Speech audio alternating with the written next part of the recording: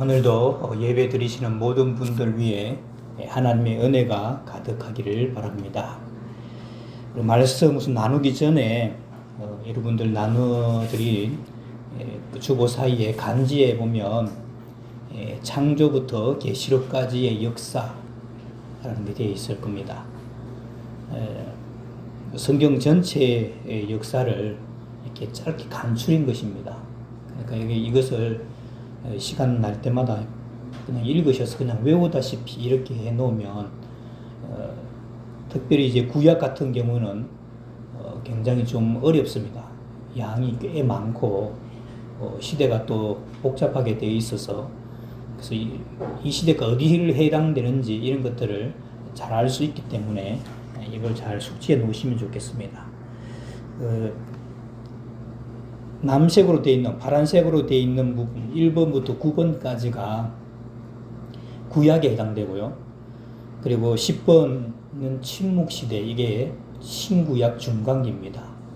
그리고 초록색으로 되어 있는 이게 복음시대, 사도시대죠. 이게 신약입니다. 그리고 교회시대는 오늘날 우리가 살고 있는 시대라고 보면 되는 것이죠. 그리고 그 내용 끝부분에 보면 파란 색깔로 이제 성경을 써놨죠. 그 시대에 해당되는 성경입니다. 그러니까 성경책을 딱 펼쳐서 이게 어느 시대쯤에 해당된다, 이걸 알 수 있어야 돼요. 그러니까 저만 알 수 있는 게 아니라 여러분들도 충분히 알 수가 있습니다.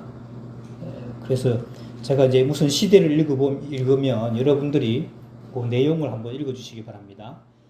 창조시대. 인간을 아름답게 창조하셨지만 사람들이 인간을 하고 죄를 지배합니다. 그래서 하나님은 홍수로 세상을 심판하십니다. 그 후에 온 세상으로 사람들을 뿔뿔이 흩으셨습니다. 족장시대. 그 흩은 사람들 중에 아브라함을 선택하시고 아브라함이 아들 이삭을 낳고 이삭이 야곱을 낳고 야곱이 12명의 아들을 낳는데 그 중에 요셉이 애굽의 국무총리가 야곱의 가족 전체를 애굽으로 이끌어 애굽에서 430년간 살게 됩니다. 출애굽과 광야시대.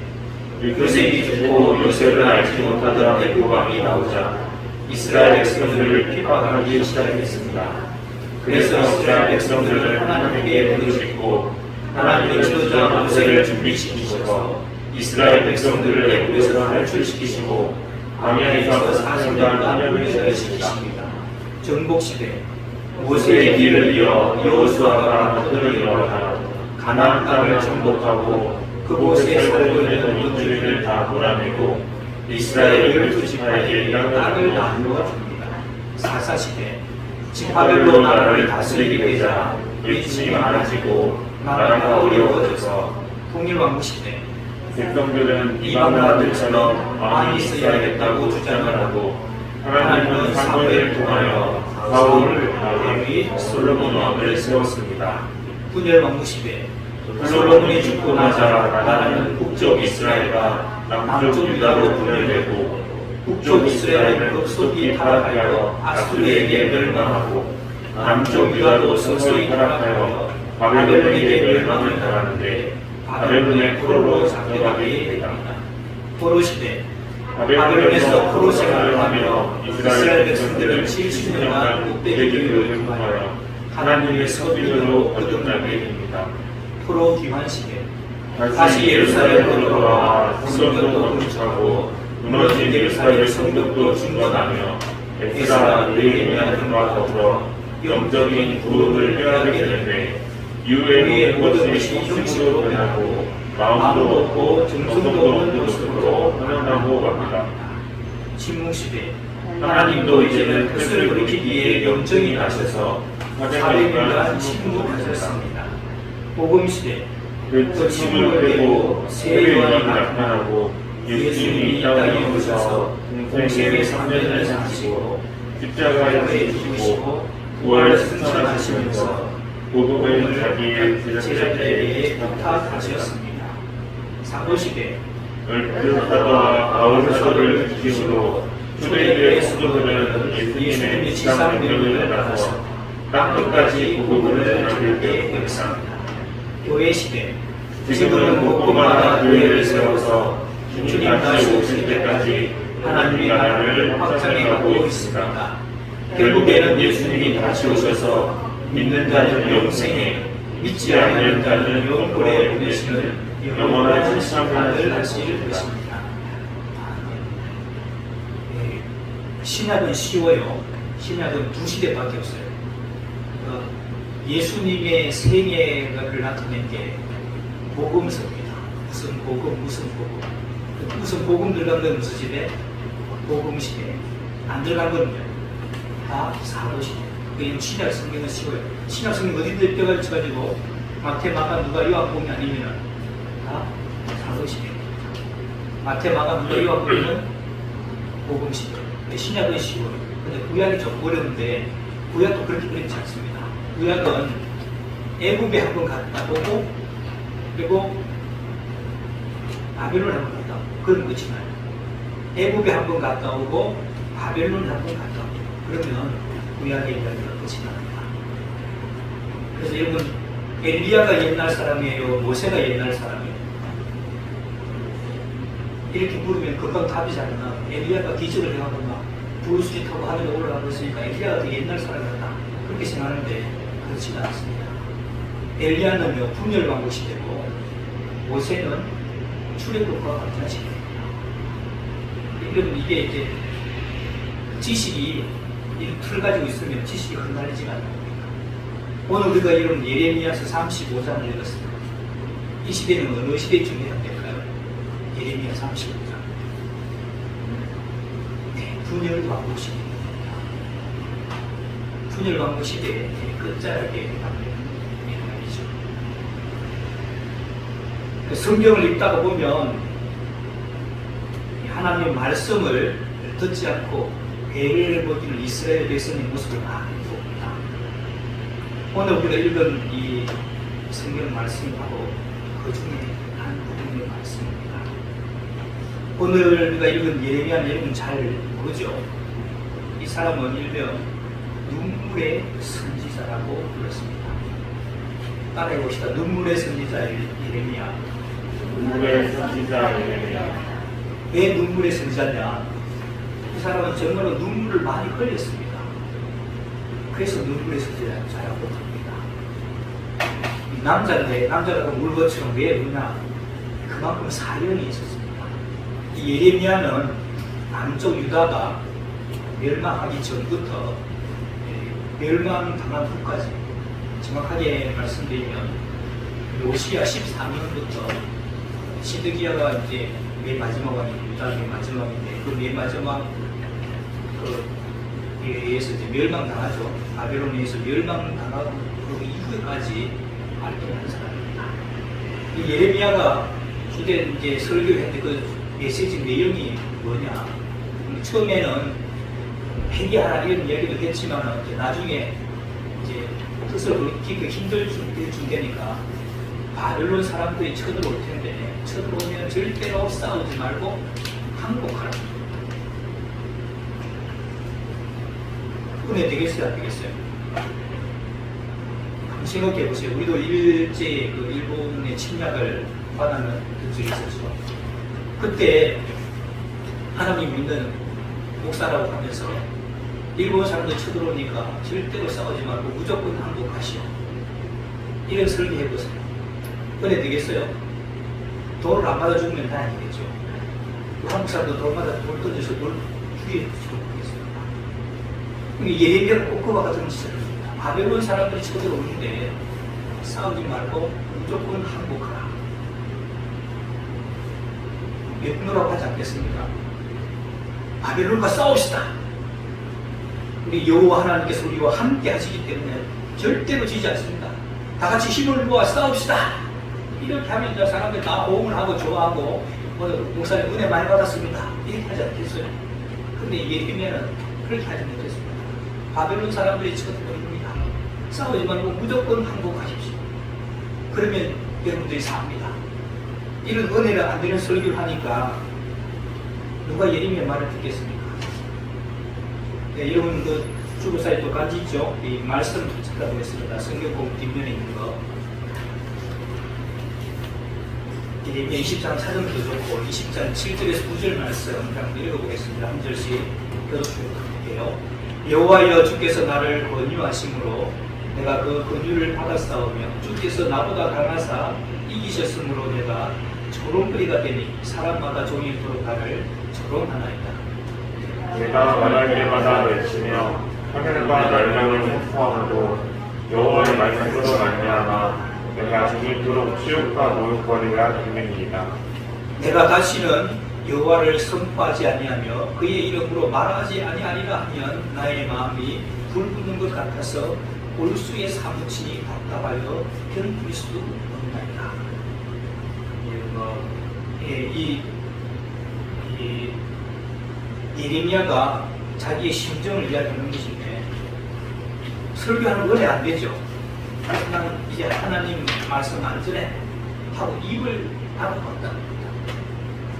집안에 가만히 있으면서 말을 외치지 않고 가만히 있어 보고 그렇게 하고 있으니까 속에서 천불 올라오고 그러니까 이런 환상이 보이는데 이스라엘 백성들이 적군이 막 끌고 다니는 그 병거 있죠. 마차 병거 마차에 막 짓밟히고 칼에 죽임을 당하고 멸망하는 이런 환상들이 막 떠오르는 거예요. 자기 속에서. 그러니까 이걸 외치지 않을 수가 없는 거예요. 그래서 바깥에 가서 또 외치고 또 외치면 논이 안 되는 소리 하다가 나오던데 가두고 이렇게 되는 것이죠. 그러면서 이게 예레미야가 전하는 하나님의 말씀 안 들립니다. 여러분 이 예레미야가 활동할 때 이 유다 말기 유다 말기의 역사를 살펴보면 3번에 걸쳐서 포로로 잡혔던 거예요. 3번에 걸쳐서. 그 예레미야가 처음에 바벨론 사람들 쳐들어옵니다. 거짓 선자들도 있어도 안 쳐들어옵니다. 여기 어딘데 하나님의 성전이 있는 곳인데 누가 쳐들어오냐? 쳐들어왔어요? 안 쳐들어왔어요? 쳐들어왔어요. 쳐들어온다 쳐들어오지 않는다 이게 막 복싱같이 하다가 쳐들어와가지고 많은 사람들 붙잡아 가고 보물도 약탈해 갔어요. 그러면 예레미야의 말을 믿어야 되겠어요. 근데 또 이제 예레미야가 또 쳐들어온다. 거짓 선자들은 안 쳐들어온다. 옛날에 붙잡혀 갔던 사람들도 되돌아온다. 쳐들어온다 안 쳐들어온다 하다가 쳐들어왔어요 안 쳐들어왔어요? 또 쳐들어왔어. 또 많은 사람들을 죽이고 붙잡고 사로잡아 갔어요. 이 정도 되면 예레미야 말을 들어야 될 텐데 세 번째가 마지막인데 세 번째 설국 때 그때 있는 시드기야 왕입니다. 예레미야에게 묻지요. 쳐들어오냐 안 쳐들어오냐? 또 쳐들어옵니다. 근데 못 믿어요. 항복하십시오. 그러면서 합니다. 항복합니다. 결국 끝까지 버티다가 시드기야 왕은요 왕자들 있죠. 자기 왕자들이 죽이는 군병들 자기 문을 봐. 그리고 문도 빼버립니다. 원래 이러면 나라가 멸망을 당하면 왕들은 그렇게 예우를 해주는 거거든요. 그게 이 나라 간에 그런 게 있는 건데 워낙 말을 안 듣고 하니까 시드기야 왕의 문을 빼버립니다. 그리고 나서 이제 북당 다 사로잡아가고 나라 거의 멸망당하는 거죠. 거의. 그리고 이제 남아있는 거의 이제 무지렁이들 같은 사람들이 있었는데 이제 또 묻지요. 바벨론 사람들 쳐들어오냐 안 쳐들어오냐? 예레미야가 이제 안 쳐들어옵니다. 이제 자리 잡고 정착해서 하십시오. 그러니까 사람도 뭐라 그래요? 또 쳐들어온다는 거예요. 이제는. 모르겠죠. 그러면서 우리가 애국으로 피신을 가야 되겠다. 그래서 애국으로 피신을 가면은 바벨론의 칼이 따라가서 여러분 도망가면 그곳에 가서 다 죽일 겁니다. 그렇게 하면 또 도망가요. 그리고 자기들끼리만 도망가면 될 텐데 예레미야는 끌고 갑니다. 이런 역사가 그 유다 말기 그 예레미야서 읽으면 그런 역사가 나옵니다. 참 어렵지요. 그래 하도 이스라엘 백성들이 말 안 들으니까 하나님께 이 예레미야가 묻죠. 하나님, 이스라엘 백성들이 제 설교는 안 듣습니다. 그러니 제발 하나님께서 그것을 돌이키시고 이스라엘 백성들 용서해 주십시오. 그래서 하나님이 하시는 말씀이 너 다시는 그런 짓 하지 마. 노아, 다니엘, 욥 이게 3대 의입니다. 노아, 다니엘, 욥이 내 앞에서 따지다도 할지라도 내가 저들에게 마음을 줄 수 있다. 이스라엘 백성들 반드시 멸망할 것이다. 이스라엘 백성에게 아무리 메시지를 듣지 않고 하나님께 띠을 해도 하나님이 안 듣고 그야말로 참 예레미야는 눈물로 하고 살고 있습니다. 그러니까 하나님이 기도해도 하나님이 안 듣고 백성들에게 설교도 백성들이 안 듣고 예레미야 어떻게 하겠어요? 울 수밖에 없는 거죠. 그런데 하루는 이 예레미야에게 하나님의 말씀이 있겠습니다. 너는 애갑 족속에게 가서 그들을 성전에 있는 한 마음으로 데리고 와라. 그리고 포도주가 가득한 잔에다 가득 부은 마시게 해라. 예레미야가 말씀을 듣고 가지고 애갑 족속을 찾아갔습니다. 애갑 족속은 유대인이 아닙니다. 모세의 장이 이드로가 속해 있던 대한 족속인데 출애굽한 이후에 이스라엘 백성들과 함께 섞여 살게 되었습니다. 예레미야 선지자는 하나님께서 시킨 대로 다 해결했습니다. 자, 포도주 하나 되어서 한번 마십시오. 그렇게 해서 주니까 이렇게 마시면 좋겠다. 안 마시라고. 마시지 않습니다. 왜 포도주를 안 마십니까? 이렇게 했더니 우리 선조 레갑의 아들 요나답이라는 분이 있는데 그분이 죽으면서 유언으로 남긴 말이 있습니다. 너희와 너희 자손들은 영원히 포도주를 마시지 말고 집도 짓지 말고 그리고 포도원도 재배치 말고 파종도 하지 말고 너희 평생에 천막을 치고 살아라. 그러면 너희 생명이 이길 것이다. 이렇게 유언을 남기면서 죽었다. 그런데 그 말을 다 지켜서 포도주를 마시지 않고 거치할 집도 짓지 않고 포도원이나 밭이나 종자 심어주지 않고 그렇게 살고 있다는 겁니다. 그러면서 저희들은 그 포도주 마실 수 없습니다. 그렇게 우리 아까 성경 읽은 말씀 한 군데 찾아보겠습니다. 열왕기하 10장 15, 16절에 났어요. 읽어볼까요? 시작. 아니, 제가 읽겠습니다. 여호가 거기에서 떠나가다가 자기를 맞아러 오는 레갑의 아들 여호나답을 만난지라 그의 안부를 묻고 그에게 이르되 내 마음이 네 마음을 향하여 진실한 같이 네 마음도 진실하냐 하니 여호나답이 대답하되 그러하니이다. 이르되 그러면 나와 손을 잡자. 손을 잡으니 예후가 그러 병거에 오르며 그를 나와 함께 가서 여호와를 위하여 나의 열심을 보라 하고 이에 자기 병거를 태우고 사마리 하시어 사마리아에 이르러 거기에 나가 있는가 아합에게 속한 자들을 죽여 진멸하였으니 여호와께서 엘리야에게 이르신 말씀과 같이 되었더라. 이 여호나답이 나오는데 여호나답이나 요나답이나 같은 사람입니다. 여러분이 아까 읽은 창세기부터 계시록까지 역사 뒷면에 보면 왕들의 연대표가 나와있죠. 한번 보겠습니다. 왕들의 연대표. 여기 보시면 그 사울, 다윗, 솔로몬 파란 색깔로 되어 있는 것은 통일 왕국식입니다. 그리고 이제 두 나라가 갈려지죠. 북쪽 이스라엘은 오렌지색이고 그 다음에 초록색은 남쪽 유다입니다. 그래서 북쪽 이스라엘은 여로보암부터 시작해서 호세아까지 그리고 남쪽 유다는 르호보암에서부터 시작해서 시드기야까지 이 여호나답 레갑의 아들 요나답이 어느 때 사람인가 하니까 북이스라엘의 중간쯤 보면 예후라고 부릅니까? 841년부터 813년 뭐예요? 예후 찾아주시면 아멘. 네. 예후라는 사람 보이죠? 오렌지색 쪽에 요람 밑에 예후 시대 때 사람입니다. 예후가 왕이 됐을 때 그에다가 됐을 때 아합 왕들을 무너뜨리죠. 그때 요나답이라는 사람이 있어요. 그리고 예레미야는 지금 이 사람이 어디쯤 있어요? 요시야에서부터 시작해서 시드기야 멸망할 때까지 5 왕이 있죠. 유다 남쪽에 5 왕. 요시야 13년의 왕이 그 왕 때 예레미야가 활동을 했는데 시드기야 멸망할 때까지 그 지금 우리가 오늘 읽은 말씀 보면 여호야김 때라고 그러죠. 여호야김. 시대가 얼마쯤 지나는 가니까 한 250년쯤 지나는 거예요. 그러니까 예레미야로부터 250년 전쯤에 그 선조 요나답이 죽으면서 유후를 남깁니다. 레갑 족속은 유대인이 아니고 원주민이죠. 유대인과 함께 섞여 사는 사람들이 대부분 잘 살아보세요. 당장 이스라엘 사람들이 시기하고 미워할 겁니다. 여러분 기억하시는지 모르겠는데 미국에서 1992년도 일어난 LA 폭동 사건 기억하는지 모르겠어요. 베리인 경찰관이 흑인을 체포하는 과정에 아주 학대를 하면서 체포하는데 이게 영상으로 되어져가지고 흑인들이 막 분노하고 이렇게 했는데 그 경찰관들이 이제 재판 넘겨졌어요. 재판에서 무죄 판결.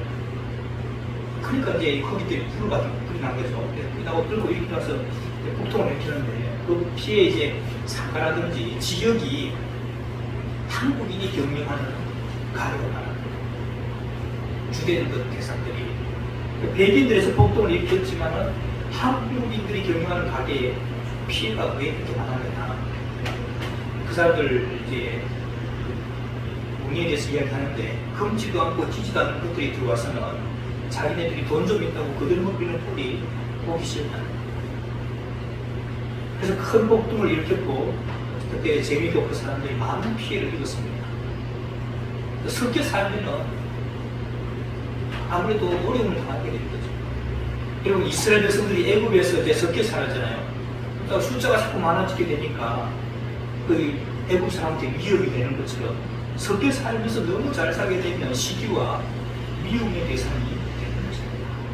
그래서 이것을 미리 알았던 이 요나답이 250년 전에 우리는 지금 유대인들 중에 살고 있지만 섞여 사는 소수민족인데 우리가 너무 잘 살게 되면 우리 다른 민족들이 우리 민족을 없애버릴 수가 있으니까 너희 자손들은 천막을 져서 살고 양이나 치면서 가난하게 살아갑니다. 지금도 이건 중근동 지방에 가면 베두인족이라고 있죠. 베두인족. 그런 사람도 있는데 이 사람들 텐트를 치고 살고 자녀도 공부도 제대로 안 시켜요. 그냥 텐트 치고 살 건데 뭐 공부 시키지 말겠어요. 양 치고 이런 것들만 잘 안 돼요. 하나님이 이 민족들을 보면서 그냥 말로 통탄해 하신 겁니다. 예미야, 너 봤지? 포도주 보냈는데 안 마시는 너 봤지? 레가 족속의 사람들은 자기 선조, 250년 전에 자기 선조 요나답의 그 유훈을 지켜서 250년이면 여러분 세대하면 50년을 한 세대 한다면 5세대가 지나간 거예요. 5세대가 지나갔는데 250년이 지난 지금에도 그 조상이 죽으면서 남긴 그 유훈을 그대로 지키고 있다. 그런데 너 이스라엘 백성은 도대체 어떻게 된 거냐?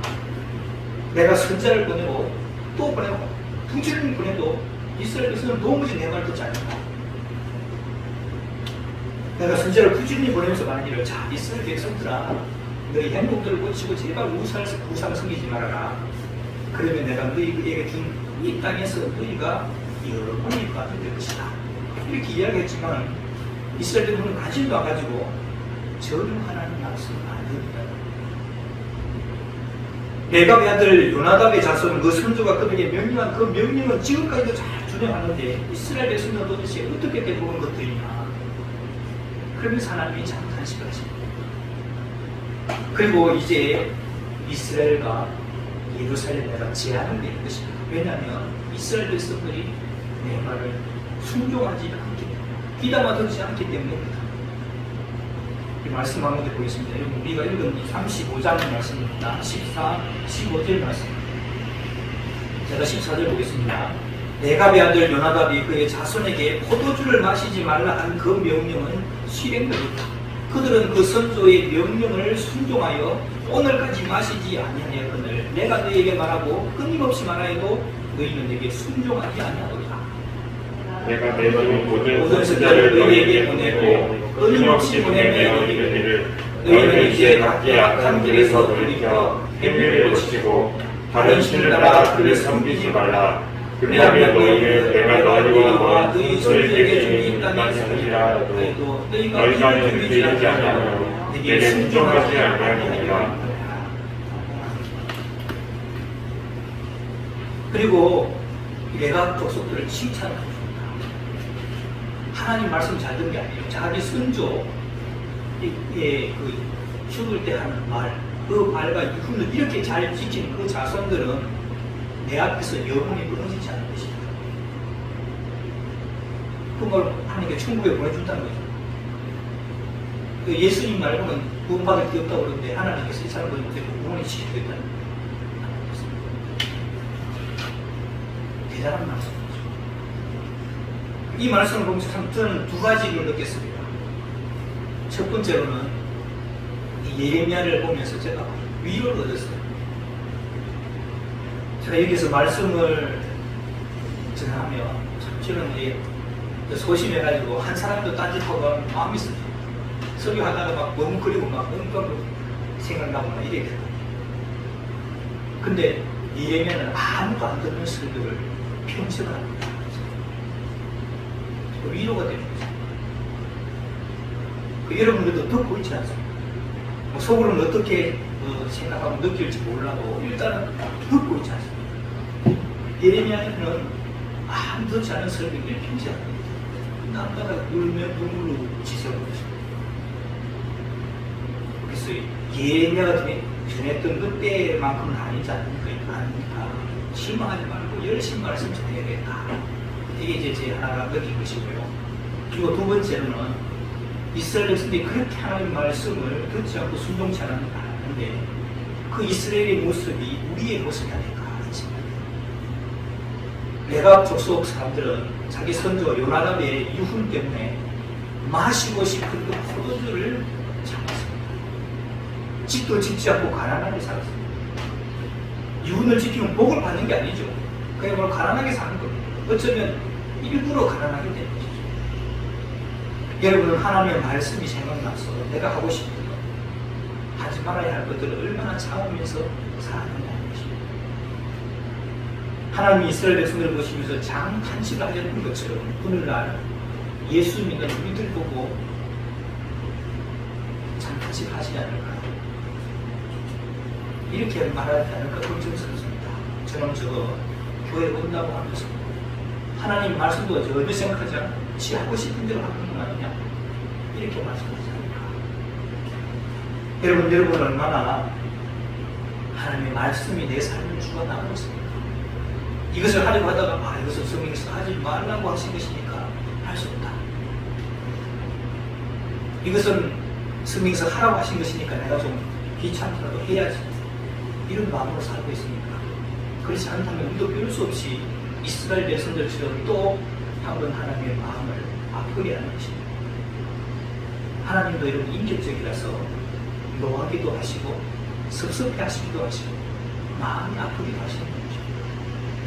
옛날 이스라엘 백성들은 예수님의 두 손과 두 발의 모습을 봤습니다. 요즘 우리 기독교인들은 예수님의 심장의 모습을 받지 않았죠. 잘 살려고 합니다.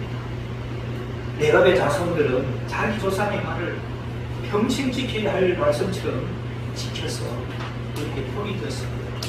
우리 역시 하나님 말씀에 순종해서 하나님의 은혜와 복을 받는 우리 모두가 다 될 수 있게 되기를 주님의 이름으로 축원합니다.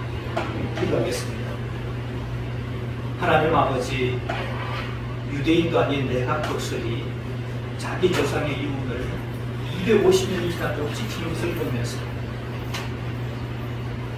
순종하지 않는 이스라엘 백성들을 향하여 장탄식을 하시는 하나님의 모습을 살펴보았습니다.